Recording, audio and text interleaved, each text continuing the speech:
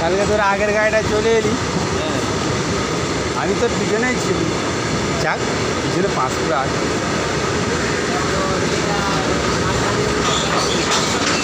ওটা তো গেল।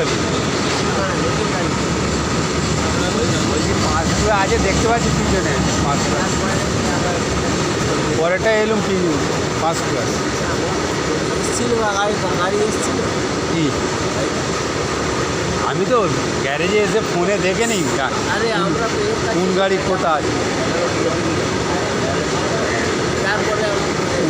কোন গাড়ি কোথা আছে আমি তো গ্যারেজে এসে ফোনে দেখে নিই।